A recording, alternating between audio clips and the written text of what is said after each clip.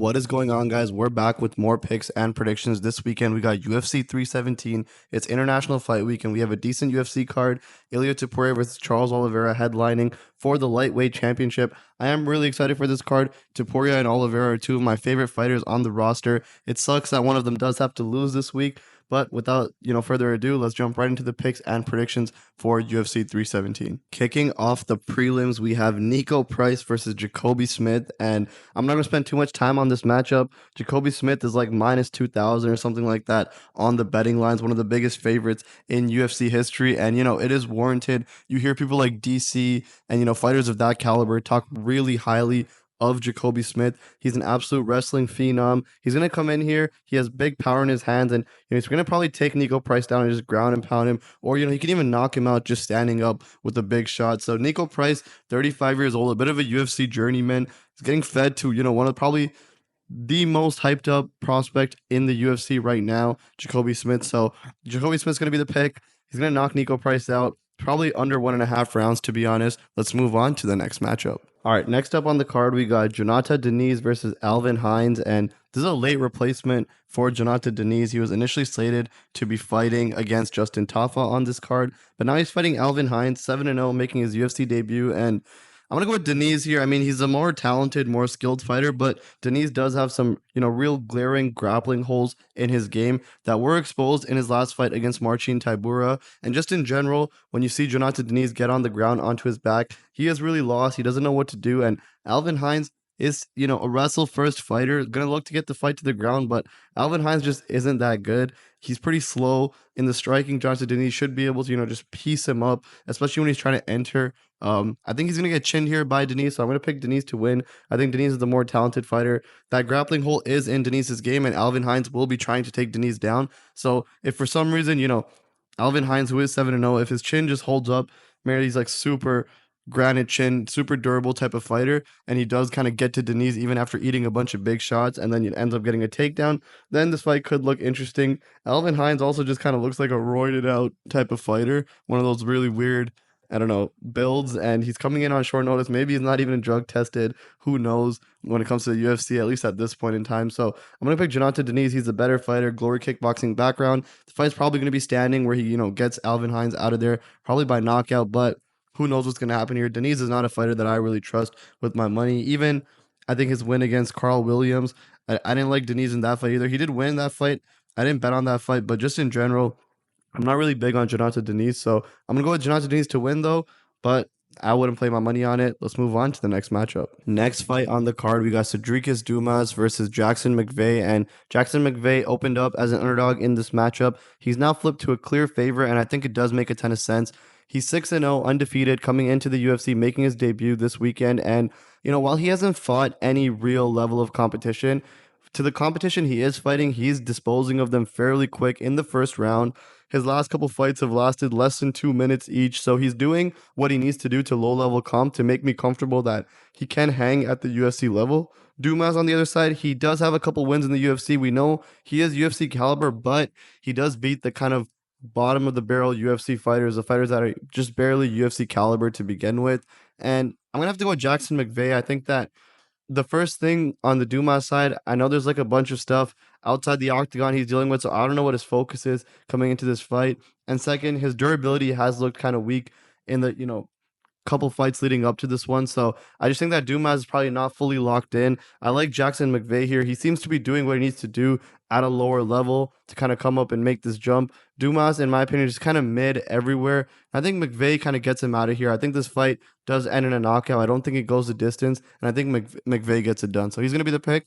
I'm kind of confident in this, even though I know there's a bunch of unknowns with the UFC debut, but for some reason, I'm feeling pretty confident in this one, especially with the stuff going on outside the octagon for Dumas. And let's move on to the next matchup. Next fight on the card, we got Viacheslav Borshchev versus Terrance McKinney, and Terrance McKinney is a guy that I think is pretty talented. We know that he lacks a ton of durability, though, and we also know that he's really just like a round one fighter, but he is extremely, extremely dangerous in that first round.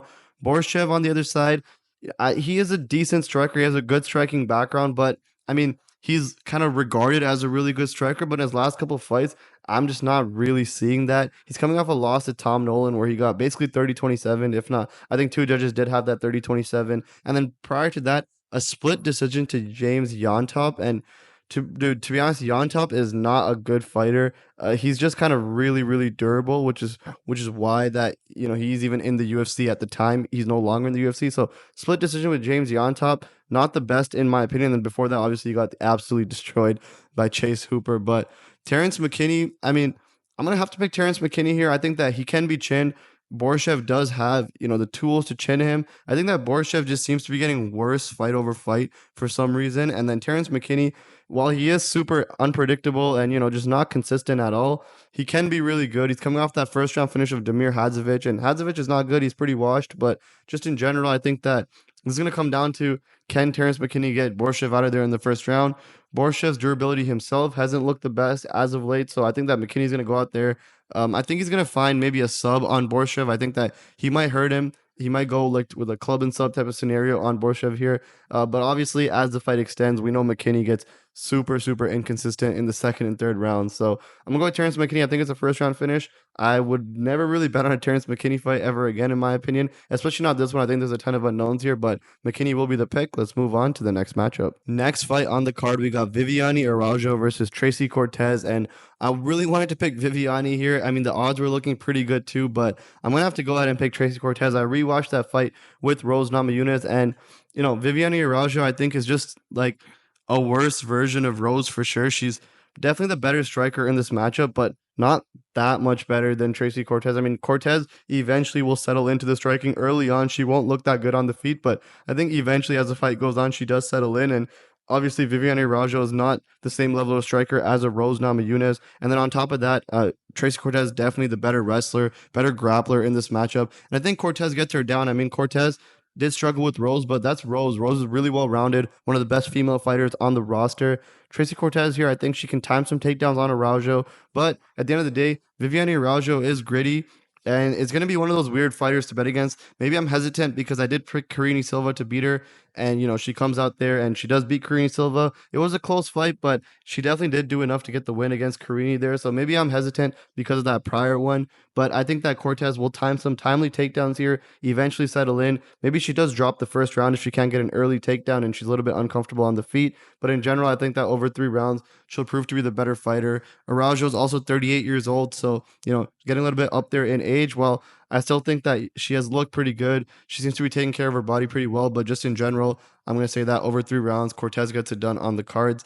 Not really too hot on betting on this one right now, maybe just because I feel like, it's the women's MMA in unpredictability aspect. So I'm going to stay away from this one for now, at least. Maybe it's a prop or something, but haven't played anything yet.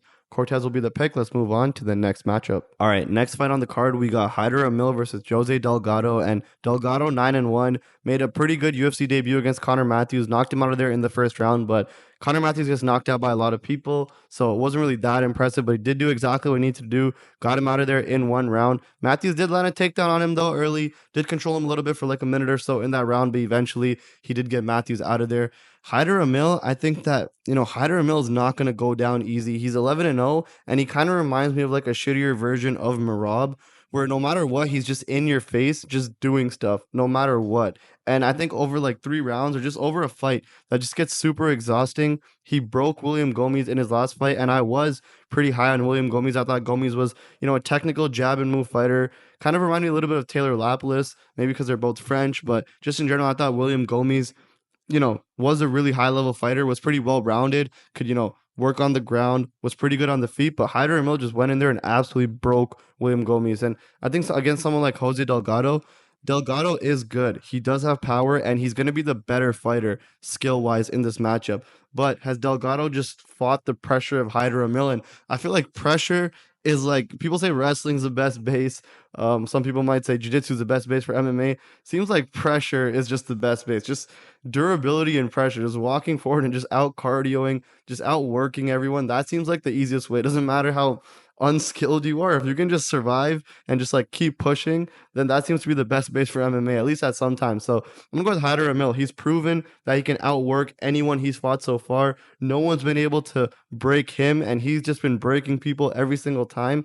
I don't know why Jose Delgado could be any different. I haven't seen Jose Delgado push to the limit like that, but until I see that Hyder Amil cannot push someone to the limit, that's like the type of fighting style that I think betting on is like pretty interesting. So I'm gonna go with Hyder Amil to win this one. He should be a pretty popular underdog this week, actually, probably because of the record, but also because I think that, you know, the way he fights is just kind of really hard to stop, especially until like proven, you can't proven his chin may be gone or something like that. But until he proves that he loses, I think like that type of style is like pretty dominant. So I'm going to go with Hyder Amil to win this one. Let's move on to the next matchup. Next up, we got Jack Hermansson versus Gregory Rodrigues. And I'm going with Gregory Rodrigues, man. I'm extremely confident in this pick. Gregory Rodrigues is really good. You're going to see that, he's coming off that loss to Jared Cannonier. And in that loss, I mean, he was really just destroying Jared Cannonier. I think like 10-8ing him in both rounds, if not maybe in the second round, not a 10-8 because he started to gas, but he essentially just gassed out in that fight and then just gave up. It was a 5-rounder, so it made sense. Like he was gassed at the end of the second round, sitting in that corner, knowing you have 3 more rounds and you're already just done. I mean, it made sense. Like everyone kind of knew at that point he was just going to give up. He was basically just done. But in this fight, it's a 3-rounder. So even if he does start getting gassed, he's going into the third round gassed, he's probably going to win the first 2. So he's going to think like, I'm just going to survive. I'm going to stay in this. So I don't think he's going to get finished by Jack Hermansson. Jack Hermansson doesn't really have power on the feet. Jack Hermansson's best thing is to kind of get Gregory Rodrigues to the ground, but Rodrigues is so strong, so powerful, so physically dominant in the octagon that I don't think Jack Hermansson will be able to take Gregory Rodrigues down. To be honest, I think RoboCop just kind of walks him down. I like RoboCop a lot. I think the odds are kind of a blessing here, to be completely honest. Maybe I'm wrong, but I just think that after that last fight, like people might just be a little bit too low on Gregory Rodrigues, and I also think that it's a good scenario because you have someone like Jack Hermansson with the win over someone like Joe Pyfer, but don't get it twisted. Gregory Rodrigues is not Joe Pyfer. Joe Pyfer can be a little bit tense, a little bit timid sometimes. Gregory Rodrigues will come out there and just walk you down. He's walking Jared Cannonier down. Should have got Jared Cannonier out of there, to be honest. Also kind of punched himself out, which was maybe why he gassed too. So I'm going to go with RoboCop here. I think it's actually pretty solid. This might just be like the best bet of the night, in my opinion, at least at like the odds right now. I think that money line is really playable. So I'm going to pick Gregory Rodrigues to win. I think he knocks out Jack Hermansson. I think he gets him out of there in the first round. And let's move on to the next matchup. Up next, we got Payton Talbott versus Felipe Lima. And I like Felipe Lima a lot. I think Felipe Lima is one of the most talented prospects in the UFC. To be honest, I think Felipe Lima and Jacobe Smith, both of who are fighting on this card, are 2 of like the most talented people that need to be put on notice, like are going to put people on notice, I should say. So he's going up against Payton Talbott here, and Payton Talbott obviously had all the hype before his last fight against Raoni Barcelos, where he just got dominated, had no ground game, went into the fight as a minus 1,000 favorite just to get dominated every single round. Kind of like an Oban Elliott situation. I don't really want to talk about Oban Elliott. It's going to make me mad. But just in general, Payton Talbott absolutely fraud checked, exposed in his last fight. And now he's going up against Felipe Lima, who I think is just better than him in general. I think Felipe Lima is extremely talented. On the feet, I think he is really good. I think Felipe Lima, though, on the feet, Payton Talbott, still a phenom. Like, don't get it twisted. So there is something to look out for on the feet against a Payton Talbott. But Felipe Lima does have the ground game. With how bad Payton Talbott's ground game was in his last fight, even if he did evolve, which I'm sure he did to some degree, I think Lima's really good on the ground, and I think that Talbott just has not made enough improvement in the time since he fought Raoni Barcelos to be able to keep a Lima off of him. So I think Lima should mix it up here, should give Talbott a bunch of different looks, and I think he has the tools to get it done. He should get it done. I like him. I like the money line. I think that, it's getting wider as we speak, but at one point it was around the minus 160 area. I think that was the perfect time to play Lima. And yeah, I like Lima a lot. I think he gets it done. Maybe he finds a sub here. I think he is really aggressive when he gets to the ground. So I think he does find a sub, but if he wins by decision, I wouldn't be surprised. Let's move on to the next matchup. All right, next fight on the card, we got Beneil Dariush versus Renato Moicano, and this line is tightening quick, so you should get on it as soon as possible because Beneil Dariush will be beating Renato Moicano this weekend. Dariush coming off that 2-fight skid, but to the 2 best lightweights on the planet, not named Islam Makhachev, which is Arman Tsarukyan and Charles Oliveira. And then, Renato Moicano lost to Islam Makhachev, and prior to that, a couple wins, but when you look into those couple wins, they are really interesting. The BSD fight, he catches a kick early in round 1, gets on top, and obviously Moicano, great top pressure, and he's gonna dominate BSD on the ground there. He does dominate him and opens up that really big cut on his eye, but then BSD comes out in the second round and just outstrikes Moicano with one eye. Without the caught kick, Moicano is unable to take BSD down, and BSD, literally a shell of himself, just like super battered up, beats Moicano in the second round. And then after that, obviously, the doctors had to stop it because of the eye. But BSD maybe could have won that fight if it kept going, if Moicano couldn't secure another takedown, and BSD is just piecing him up on the feet. And then Jalen Turner, prior to that, Jalen Turner basically had Moicano out of there, walked away for the highlight, but the ref's like, fuck that, I'm not stopping this fight. And then Moicano just gets back up and then eventually beats Jalen Turner. So another interesting performance there. I just think that Moicano, one, he got really famous really quick, and I just feel like he might be doing a lot of things right now, which I don't love. I don't know how focused he is on purely just fighting anymore, since he's making a ton of money, doing a bunch of other things, and we know Moicano likes his money. And, maybe fighting is not the thing that's making him the most money anymore. It probably was a couple fights ago, but not anymore. And good for him, but I don't know what that means in a fighting context. And Beneil Dariush, normally I don't like layoffs, but in this context, I like the layoff when you come off a really bad knockout, which is what Beneil Dariush is coming off of. He's had some time to recover off, 2 straight knockouts, actually. And dude, Dariush in this fight, I think he's going to be able to control the grappling, which is the main thing in this matchup. Moicano is good on the ground, but can't get takedowns. Dariush, the better wrestler here. I think when the fight goes to the ground, it's when Dariush decides. And then also, I think where the fight is on the ground, Dariush decides who's on top, who's on bottom, who's in dominant position, who's controlling who. I think that's all up to Dariush. And I think that Dariush is good enough to not get subbed by Renato Moicano. So I think that he does take this on the cards by controlling him. I think on the feet, it is fairly even. Neither of these guys are really going to be a threat. Maybe Dariush's chin is still bad, and Moicano can hit a little bit hard at some times. So maybe that's something to worry about, but I like the layoff after the couple knockouts to, reset for Beneil Dariush. I think he's a better grappler, better wrestler, sorry to say, and I think he's going to control Moicano here to a decision. So I'm going to take Beneil Dariush. Give me the underdog. The odds are tightening quick. I think you should hop on this one if you like that. And yeah, let's move on to the next matchup. All right, up next, we got Brandon Royval versus Joshua Van. And I'm going to go with Joshua Van here. Now, I'll be honest, this might be a biased pick because who doesn't love some Joshua Van in 2025? Joshua Van has just been rattling off wins.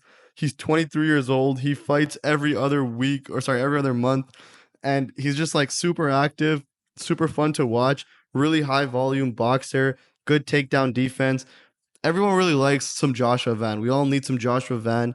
And then Brandon Royval, dude, no disrespect. Do not want to overlook Brandon Royval. He's been fighting the elites of the flyweight division for years now. He is an elite himself of the flyweight division and super well-rounded. He's good at keeping range too. He's going to have a little bit of a reach advantage, a little bit of or at least, actually a pretty significant height advantage coming into this. So that is something to note. And I think that's where like a little bit of the bias settles in, because I do think that Royval can keep range. And if Joshua Van cannot get into his boxing range, then he might be kind of cooked here, because Royval, I think, has the grappling advantage if he wants to mix it up. I don't think Royval is just going to come out here and just wrestle fuck Joshua Van. I don't think that's what's going to happen. I think Van's takedown defense will actually hold up well against Royval here, because Royval is primarily a striker himself. He can mix it up. He is well-rounded, but if it's up to Royval, he's going to want to strike. So I think Royval can keep range and mix it up. So I do think he has a couple advantages there. But dude, if Van settles and breaks that range, especially like late first round, going to the second round, he figures out how to get inside on Brandon Royval, he's going to rattle off enough volume that you just won't be able to keep up with him. And Royval's tough. I think this is a clean, Joshua Van by decision type play. Maybe I'll play it for the love, but I don't know. It is a really big jump up in competition for Van. He's also only 23 years old, so he might be a little bit too green to make this leap at this time. It also does, seem to be like a win-win for Joshua Van here. If he comes out here, he loses a gritty fight. He's 23 years old. He's been rattling off wins. He's going to go back to the lab. He's going to get a little bit stronger. He's going to, grow as a fighter, evolve a bit, and he'll be right back here. We know Joshua Van will make it right back here at some point in his career. So that is one thing to look out for, because obviously it is like a win-win scenario. If Van loses, he still kind of does win. And then obviously if Van wins, then, he's going to skyrocket into the title picture for the flyweight division. But I'm going to go with Joshua Van here, man. I like the momentum. I like the hype train. I'm just going to ride the hype train. If Royval wins, I totally get it. I wouldn't actually really just bet on Joshua Van here. Maybe I'm going to bet Van by decision, just as like a throw that in there in like a parlay, or actually probably not a parlay. It'll be plus money, so probably straight up. But outside of just a random bet for the love, I'm going to pick Van here. Slightly biased. Let's move on to the next matchup. In the co-main event, we got Alejandro Pantoja versus Kai Kara France. And I love Alejandro Pantoja. I think he's a great fighter. I think he's super underrated. And Kai Kara France, man, he is good. He has good, good striking, really fast hands, super good speed. But just in general, I don't think he's able to stop Pantoja. Pantoja has that crazy durability. He has that zombie mode where even if he's gassed out or he looks super gassed out, he's still fighting at the same pace. He just kind of looks like a zombie. He goes into that mode if needed. I don't even know if that's going to be needed here this weekend. I think that Kai Kara France, I think he obviously will maybe have a moment or two on the feet, but I think eventually, dude, Pantoja is going to get to those hips. He's going to get Kai Kara France down, and even if you can't keep him down, I think he's going to create a scramble, and I think he's going to get Kai Kara France's back. So I see Pantoja getting this done by rear naked choke. I think he gets Kai Kara France's back. We've seen Kara France control the round a little bit before. I think that Pantoja is going to be the toughest thing he's ever fought, and I'm going to see Pantoja get his back, sub him up. I think that's what's going to happen. Maybe under 3.5 is a good play to go here as well. And let's move on to the next matchup. And in the main event, we got Ilia Topuria versus Charles Oliveira. This fight is going to absolutely hurt my soul. I don't want to see either of these fighters lose. Charles Oliveira is my favorite fighter on the roster. Ilia Topuria is my second favorite fighter on the roster, but I'm going to do a no bias pick here. Obviously, I'm going to go with Ilia Topuria to beat Charles Oliveira. Oliveira has had one glaring flaw, in his striking defense his entire career, and that's always been his head movement. We know Ilia is ultra accurate. We know he rips the most powerful hooks to any of his opponents to the body, then goes up top. Great boxing combinations. He's looking quick. He's looking powerful. Charles Oliveira does get dropped. Ilia Topuria might be the hardest hitter he's ever faced, might be the best boxer he's ever faced, the most accurate puncher he's ever faced. It's going to be a tough night for Charles Oliveira, man. I think the only way Oliveira kind of does do well in this fight is if he comes out there and just decides to size bully Ilia Topuria, gets to him quick, holds him, presses him up against the fence, just gets super rough with him, wrestles him a lot, try to, get as much of that energy out of Ilia Topuria's arm so he doesn't have as much power in the later rounds. I don't even know if that'll work. I think that at most will just kind of slow down the inevitable, but I think that Ilia Topuria, man, he's the real deal. It sucks to see Charles Oliveira lose, but I just cannot see him winning. The wrestling is kind of the only path I see for him here. Just kind of smudge Ilia Topuria, pull maybe a Marab on him or something like that, where it's just takedown after takedown after takedown attempt. But that's just not Oliveira. That's just not who he is. So that's something he could do. I doubt he will actually go and do that because that's not the fighter he is. And I just think that in general, Topuria in the stand-up, he's going to get in there. Maybe he'll eat a teep, maybe a teep or two coming in. But he's eventually just going to find Oliveira's chin. I think he gets it done by knockout. Obviously not a super hot take. I think a lot of people are kind of seeing Topuria get it done by knockout. Like I said, it's going to be hard to see Oliveira lose, man, but it is what it is. And yeah, that does it for the picks and predictions for UFC 317. Thank you guys for tuning in to the picks and predictions. We went, a little bit cold for the last couple of weeks, but I'm feeling pretty good about this card. I like a lot of the spots here. I think there's some good money to be made this weekend. If you do want to check out our bets, you can check them out on betkopicks.com. For $20 a month, you get access to our bets, our picks, all our round leans, and it also just really helps support the channel as well. So if that's something you are interested in, check it out on betkopicks.com. But outside of that, good luck to everyone this week. Hopefully, we actually have a really exciting card. We've had a couple of weird cards leading up to this one, but I'm pretty excited for this. I'm not going to hate on this card like most people. I think it is actually pretty good. And yeah, good luck to everyone this weekend. I will see you guys next week.